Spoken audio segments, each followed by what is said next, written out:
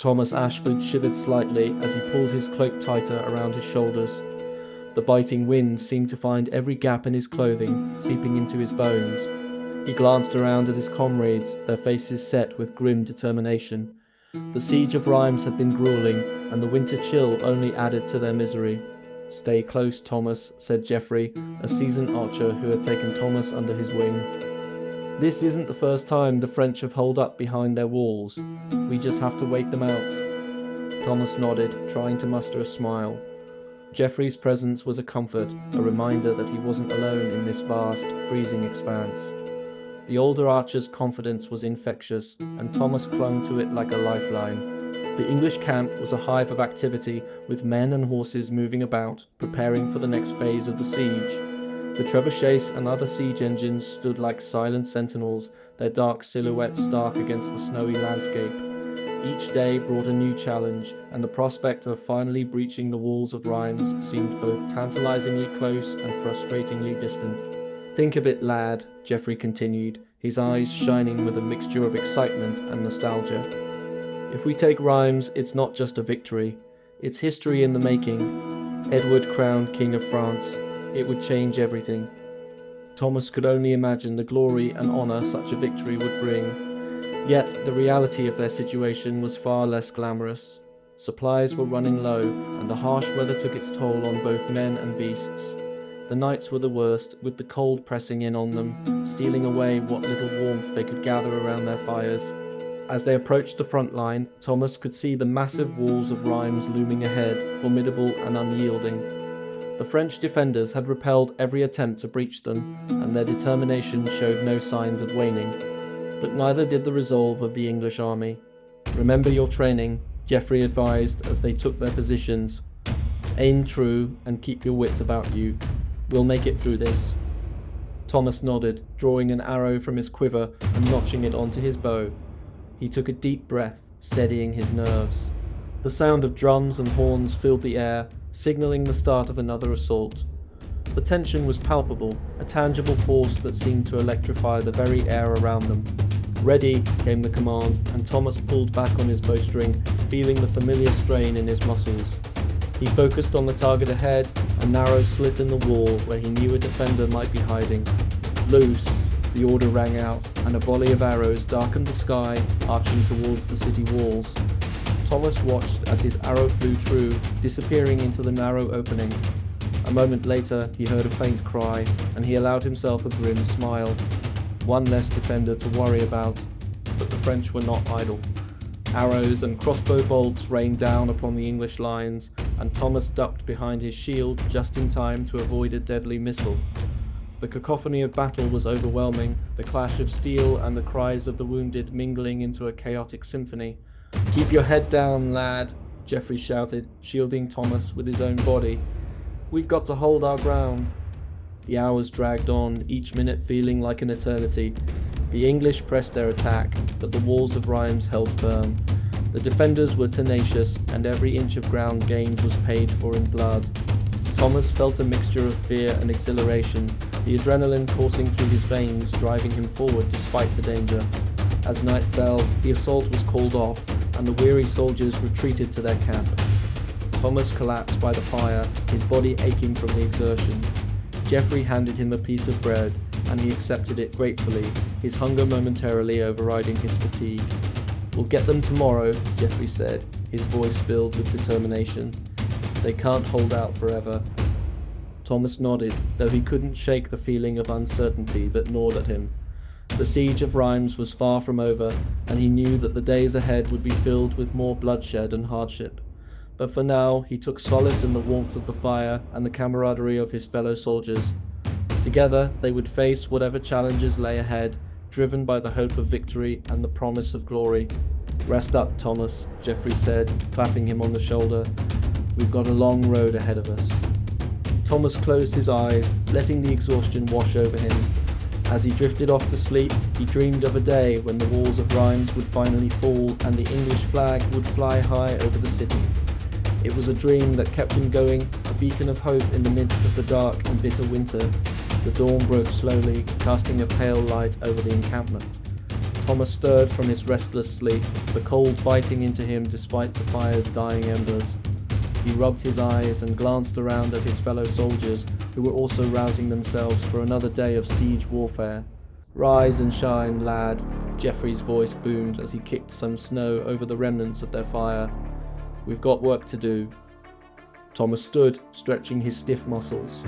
He could hear the faint sounds of the French defenders preparing for another day behind their walls. The siege was taking its toll on everyone, and morale was beginning to fray at the edges. As he prepared for the day, Thomas's thoughts wandered to home. He wondered how his family was faring back in Kent.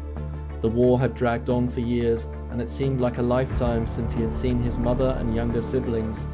He sighed, pushing the thoughts aside. There was no room for distraction here. The morning briefing was held in the command tent, where Edward Roman III and his generals discussed their strategy. Thomas and Geoffrey, along with other archers, listened from the periphery, eager to catch any news of their next move. "Another assault today," Geoffrey murmured to Thomas, who nodded in acknowledgement. The king's voice, firm and resolute, carried through the tent. "We cannot afford to delay any longer," Edward Roman III declared. "Our supplies are dwindling, and the French grow bolder each day. We must breach the walls of Rheims and bring this siege to a decisive end." The plan was simple but dangerous. A concentrated attack on a weaker section of the wall, followed by a push to secure a foothold within the city. The archers would provide cover for the infantry, targeting any defenders who dared to show themselves. The soldiers dispersed, returning to their positions with renewed determination. Thomas and Geoffrey joined their fellow archers, the air around them buzzing with anticipation and tension. As they waited for the signal to begin, Thomas checked his equipment one last time, ensuring his bowstring was taut and his arrows were within easy reach. "Remember," Geoffrey said, his tone serious. "Stay focused. Watch for the signal and don't expose yourself unnecessarily." Thomas nodded, feeling the weight of the responsibility on his young shoulders. He glanced up at the walls of Rheims, towering and seemingly impenetrable. But he knew they had to try, for the sake of their king and the glory of England. The signal came, a loud blast from a horn that echoed across the battlefield. The English soldiers surged forward, the archers leading the charge with a deadly rain of arrows. Thomas notched an arrow and loosed it, watching as it flew towards the enemy. He barely had time to see it strike before he was reaching for another. The assault was fierce and unrelenting. The English forces pressed against the walls, siege ladders, and battering rams coming into play as they sought to breach the city's defences. The defenders fought back with equal ferocity, pouring boiling oil and launching counterattacks to repel the invaders. Thomas's world narrowed to the rhythm of drawing, aiming, and releasing arrows. He moved almost mechanically, driven by adrenaline and the sheer will to survive. Around him, his comrades fell, some never to rise again, but the English line held, inching closer to their goal. "Up the ladders, men," the commander shouted, and Thomas watched as the infantry began their perilous climb. The archers provided covering fire, picking off any defenders who tried to push the ladders away. Geoffrey grabbed Thomas's arm. "We need to move closer. Come on." They dashed forward, finding a position nearer the walls where they could better support the climbers. Thomas's heart pounded in his chest as he loosed arrow after arrow, his fingers raw and numb from the cold and the exertion. Suddenly, a shout went up from the English ranks. One of the ladders had reached the top of the wall, and soldiers were pouring over the battlements. The sight filled Thomas with a surge of hope. They were breaking through. "Keep at it, lad," Geoffrey urged, his own arrows flying with deadly accuracy. "We're almost there." But the fight was far from over. The defenders rallied, pushing back the English who had gained a foothold. The clash of swords and the cries of the wounded filled the air, a brutal reminder of the cost of their ambition. As the day wore on, the battle seesawed back and forth. Thomas lost track of time, his world reduced to the immediate demands of survival and the mission. His body ached and his quiver was nearly empty, but he refused to give up. Finally, as the sun dipped towards the horizon, the trumpets sounded the retreat.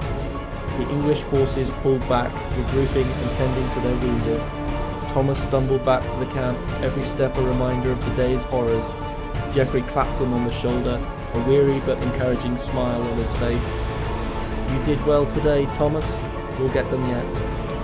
Thomas nodded, too exhausted to speak. He collapsed by the fire, grateful for a moment's rest. The siege of Rheims was proving to be a grueling test of endurance and resolve. But as he stared into the flames, he knew that they couldn't afford to give up. The fate of their campaign, and perhaps the future of England, depended on their success. "Tomorrow," he murmured to himself, letting the warmth of the fire soothe his aching limbs. "We'll try again tomorrow."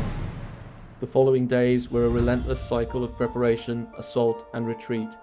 Each day, the English forces battered the walls of Rheims, seeking a weakness to exploit.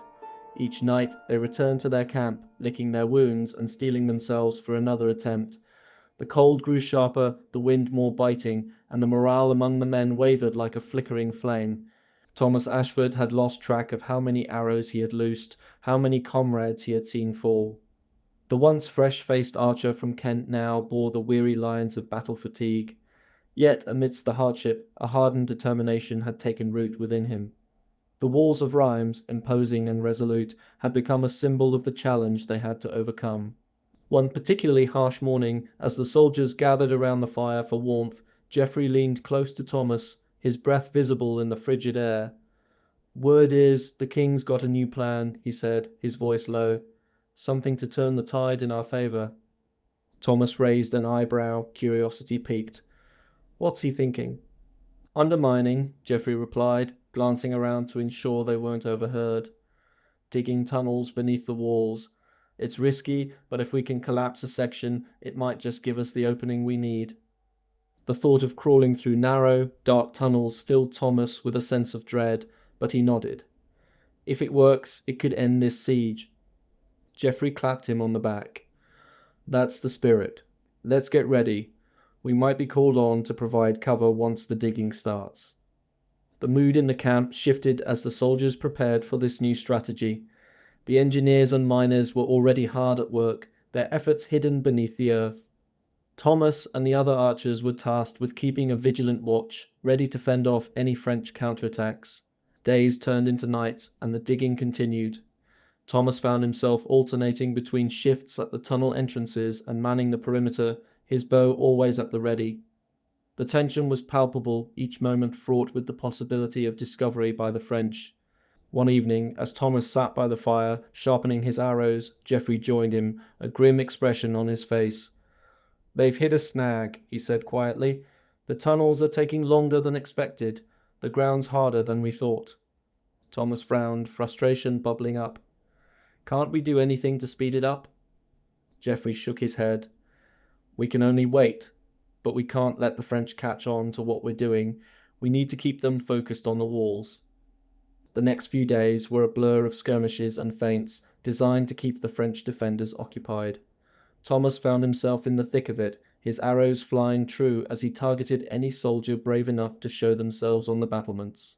The exhaustion was bone deep, but the hope of finally breaching the walls kept him going. Then, one cold, moonless night, the signal came. The tunnels were ready. Thomas felt a jolt of nervous energy as the plan was set into motion. He and the other archers took their positions, their eyes scanning the darkness for any sign of movement. "Hold steady," Geoffrey whispered beside him. "We need to give them time." Minutes felt like hours as they waited, the silence oppressive. Then a deep rumble shook the ground beneath them, followed by a distant, thunderous crash. The tunnels had done their job. A section of the wall had collapsed. "Now!" Geoffrey shouted, and the archers sprang into action. Arrows flew towards the gap, covering the infantry as they charged forward. Thomas's heart pounded as he loosed arrow after arrow, his muscles burning with exertion. The English soldiers poured through the breach, clashing with the French defenders in a brutal melee. The sounds of battle filled the air, a cacophony of shouts, clanging steel, and cries of pain.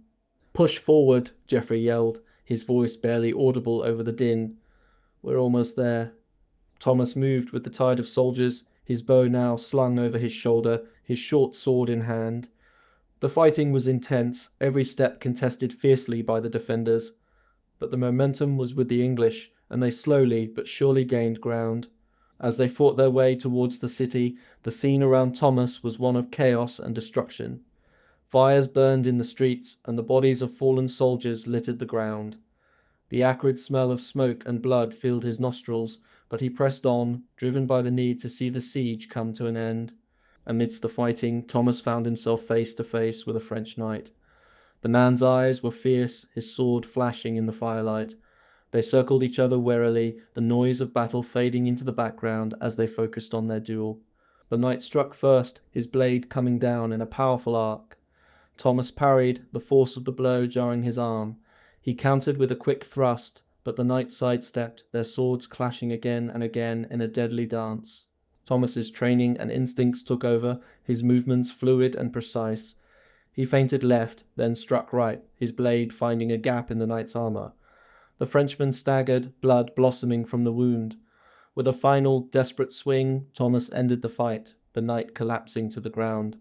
Breathing heavily, Thomas looked around, his mind catching up with the chaotic scene. The English forces were advancing, but the French were mounting a desperate defense. Despite their initial success, the English found themselves bogged down in the narrow streets and alleys of the city, where the defenders used their intimate knowledge of the terrain to their advantage. The fighting raged on, the brutal urban combat taking its toll on both sides. Thomas's muscles screamed with fatigue, and his movements grew sluggish. He saw Geoffrey engaged in a fierce struggle with a French sergeant and moved to help, but was forced back by a wall of defenders. As dawn approached, the realization began to sink in that the French were not going to be easily dislodged. The city's defenders fought with a desperate tenacity, and the English forces were unable to make significant headway. Fall back, the order came reluctantly, the English forces pulling back from the fierce melee. The retreat was chaotic, with soldiers struggling to extricate themselves from the thick of the fighting. Thomas and Geoffrey managed to regroup, panting and covered in grime and blood. The sun rose over a battlefield littered with the dead and dying. The English had failed to take Rheims, their efforts repelled by the city's stubborn defenders. Thomas stood among his comrades, the weight of their defeat pressing heavily upon them. Geoffrey shook his head, his face lined with exhaustion and disappointment. "They held out, lad. We gave it our all, but it wasn't enough." Thomas nodded, the sting of failure sharp in his chest. The siege of Rheims had been a grueling test of endurance and resolve, and despite their best efforts, the walls had not fallen. The dream of victory had slipped through their fingers. As they retreated to their camp, Thomas allowed himself a moment of reflection. The siege had tested him in ways he could never have imagined, and though they had not achieved their goal, he had learned the true meaning of perseverance and comradeship. "Tomorrow is another day," Geoffrey said quietly, clapping him on the shoulder. "We'll fight again. This isn't the end." Thomas nodded, taking a deep breath. The road ahead was uncertain, but he knew they would face whatever challenges came their way with the same determination that had seen them through the siege of Rheims.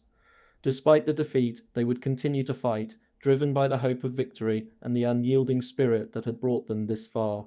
The bitter winter dragged on, each day a harsh reminder of the stalemate that had gripped both sides. The English forces, having been repelled by the fierce defenders of Rheims, were now entrenched in a grueling war of attrition. Supplies were dwindling, and the morale among the men was at an all-time low. Yet the resolve to carry on, driven by the hope of eventual victory, remained unbroken. Thomas Ashford sat by the fire, his hands wrapped around a tin cup of hot broth. The warmth was a small comfort against the relentless cold. Geoffrey sat beside him, his face set in a grim expression as he sharpened his sword. "What's the plan now?" Thomas asked, his voice barely above a whisper. Geoffrey sighed, the sound heavy with weariness. "We hold our ground, wait for reinforcements. The king is determined not to abandon the siege, but it's clear we can't take Rheims by force alone." Thomas nodded, understanding the difficult position they were in. The French were well supplied and fortified within their city, while the English were exposed to the elements and running low on provisions. The days ahead would be a test of endurance and patience. The news from the front lines was grim. Skirmishes were frequent, and both sides suffered casualties. The English had hoped to force the French into submission quickly, but the siege had turned into a protracted struggle with no end in sight. One morning, as the sun rose weakly over the frost-covered camp, a messenger arrived with news from the king. Edward Raymond III had ordered a meeting with his generals and key officers. Thomas and Geoffrey, though not high-ranking, were summoned to provide their perspectives from the front lines. The command tent was filled with the murmur of voices as the officers gathered. Edward Roman III stood at the centre, his presence commanding and resolute. The king's eyes swept over the assembled men, taking in the weary faces and the palpable tension. "We are at a crossroads," Edward began, his voice firm. "Rheims has proven to be a tougher nut to crack than we anticipated. Our supplies are dwindling, and the men are exhausted. We need a new approach." The generals discussed various strategies, from renewed assaults to siege tactics designed to starve the city into submission.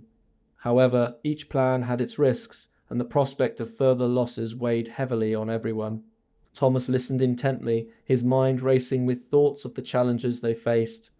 As the discussions continued, a realization began to take shape in his mind. The French defenders were not just fighting for their city, they were fighting for their homes, their families, and their very way of life. The English, though determined, were invaders in a foreign land. "Your Majesty," Thomas said, stepping forward hesitantly. "May I speak?" Edward Roman III nodded, giving him leave to speak. "Perhaps we should consider negotiating with the defenders," Thomas suggested. "If we can offer terms that are favourable, we might be able to achieve our objectives without further bloodshed." There was a moment of silence as the assembled officers considered his words. Geoffrey glanced at Thomas, a mix of surprise and respect in his eyes. "An intriguing idea," Edward said thoughtfully. "But what terms could we offer that would persuade them to surrender?" Thomas took a deep breath, choosing his words carefully.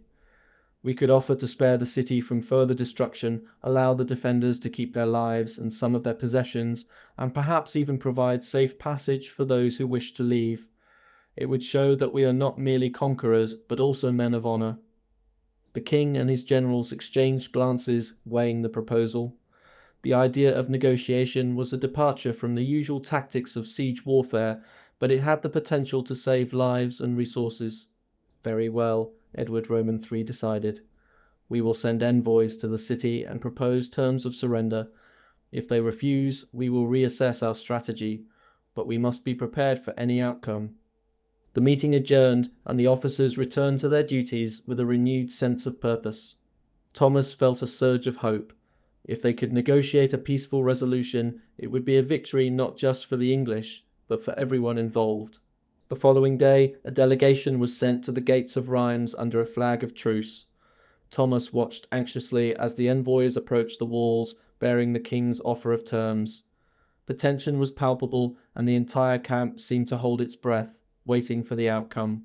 Hours passed, and finally the envoys returned. Their expressions were grave, and Thomas's heart sank as he saw them approach the king's tent. "The French have refused our terms," the lead envoy reported, his voice heavy with regret. "They are determined to hold out, no matter the cost." The news was a bitter blow. The hope of a peaceful resolution had been dashed, and the prospect of further bloodshed loomed large. Edward Ivy's face hardened with resolve. "Then we will press on," he declared. "We will tighten the siege, cut off their supplies, and force them to surrender. We cannot afford to let this setback defeat us." The days that followed were some of the hardest Thomas had ever known. The English forces redoubled their efforts, constructing siege engines and fortifications to cut off Rheims from any outside aid. The weather grew colder, and the strain of the prolonged siege weighed heavily on everyone. Despite the hardships, Thomas found solace in the camaraderie of his fellow soldiers. Geoffrey, always a source of strength, remained by his side, offering encouragement and wisdom. "Remember, Thomas," Geoffrey said one night as they huddled by the fire, "every siege is a test of endurance.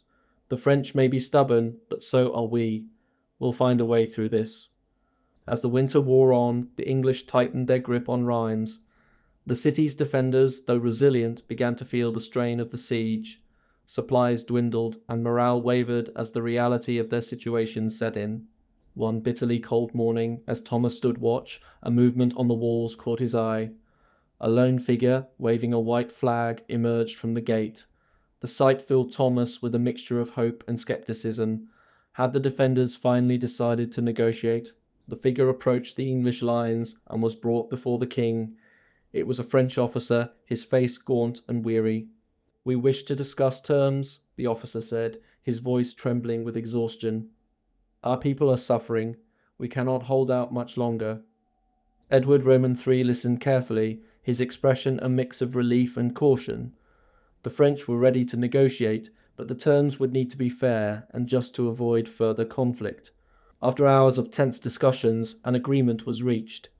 The city of Rheims would remain under French control, but they would pay a substantial tribute to the English crown. In return, the English would lift the siege and withdraw their forces, allowing the city to recover and rebuild. The news spread through the camp like wildfire. The siege was over. Thomas felt a wave of relief wash over him. They had not captured Rheims, but they had achieved a resolution that spared countless lives. As the English forces prepared to withdraw, Thomas took a moment to reflect on the journey they had undertaken. The siege of Rheims had tested him in ways he could never have imagined, and though they had not won a decisive victory, they had demonstrated the power of perseverance and negotiation. Geoffrey approached, a satisfied smile on his face. "We did it, lad. It wasn't the victory we envisioned, but it's a victory nonetheless." Thomas nodded, feeling a sense of pride and accomplishment. They had faced immense challenges and had come out stronger for it. As they began their march back to England, he knew that the lessons learned during the siege of Rheims would stay with him for the rest of his life. The road ahead was still uncertain, but Thomas was ready to face whatever came next. The siege had ended, but the spirit of determination and resilience that had carried them through would continue to guide them in the battles yet to come.